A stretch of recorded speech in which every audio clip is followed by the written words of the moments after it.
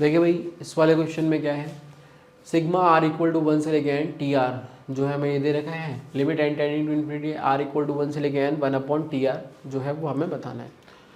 तो पहली चीज़ तो देखो यहाँ पे क्या हो गई, सबसे पहले ये देखो ये सिग्मा ऑफ टी आर लिखा हुआ है, ये तो बेसिकली अच्छा 1 से लेके स्टार्ट हो रहा है, तो ये तो एस एन दे दिया आपको, है ना। अब बट आपको देखो 1 अपॉन टी आर निकालना, तो जनरल टर्म निकालना पड़ेगा।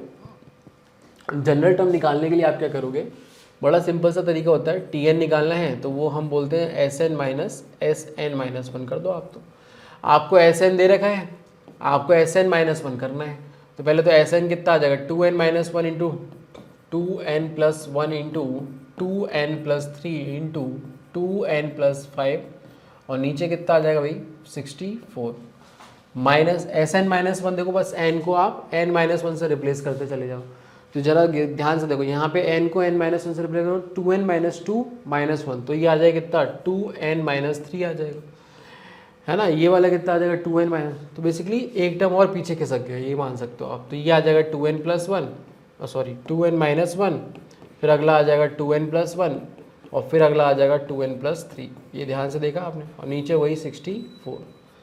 यहाँ से अगर अपन देखें तो बड़े आराम से दिख रहा है कि जो टी एन आ रहे हैं उसमें से देखें एक तो ये वाला टर्म है और एक ये वाला टर्म है, बाकी सब तो कॉमन है। तो इसमें से घटा दोगे तो 2n तो कट गया 8 बचा, और नीचे 64 है तो वो भी कट गया, तो 8 ही बचा नीचे। ऊपर क्या आ गया जो कॉमन निकला है वो आया है 2n+1 2n-1 into 2n+1 into 2n+3 divide by कितना आ गया 8 आ गया। ये देखो ये अपना जनरल टर्म निकल आया। जनरल टर्म निकलने के बाद में अब हमें क्या करना है, कुछ नहीं करना है। ये देखो लिमिट विमिट तो बाद में होती रहेगी, sigma R is equal to 1 से लेके एन 1 अपॉन टी आर कितना बनेगा भाई 8 तो ऊपर चला जाएगा, 8 डिवाइड बाई टी आर कितना हो जाएगा 2r-1 2r+1 और ये आ जाएगा 2r+3।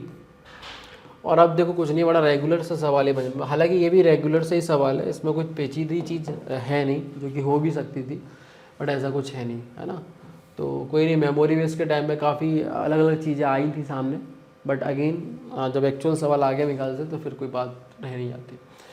इसमें तो कुछ नहीं, सिंपल है ना, एक को कॉमन रखते हैं अपन और अपना काम हो जाता है। अब इसको दो के डिफरेंस में ब्रेक करोगे आप, दो के डिफरेंस में ब्रेक करने के लिए करो इसको दोनों के साथ ले लो और बाकी हो जाएगा। तो आप क्या देखते हो भाई 2r-1 इंटू 2r+1, ठीक है, माइनस 2r+1 इंटू 2r+3। जब आप एलसीएम लेंगे ना तो आप देख सकते हो एलसीएम तो यही आ जाएगा, और ऊपर जो आएगा जैसे इससे डिवाइड करोगे, मतलब एलसीएम तो यही आ गया, इससे जब डिवाइड करोगे तो ऊपर आएगा 2r+3, है ना 2r+3, और माइनस करके इधर कितना आएगा भाई 2r-1 जो कि +1 हो जाएगा, तो ये कट के 4 आएगा। तो अल्टीमेटली हो क्या रहा है कि जब एलसीएम लोगे तो ये नीचे वाला तो मैच हो जाएगा, ऊपर 4 और आएगा, ठीक है, बट ऊपर तो 8 लिखा है ना। तो यहाँ पे अपन को क्या करना पड़ेगा भाई, एक 2 और बस दे दीजिए आप, और ये sigma r is equal to 1 से लेके n चल जाएगा। बात समझ में आ गई क्या, ये इधर गड़ी कर दिया मैंने, आप कुछ बचा इसमें ज़्यादा है नहीं, ठीक है भाई।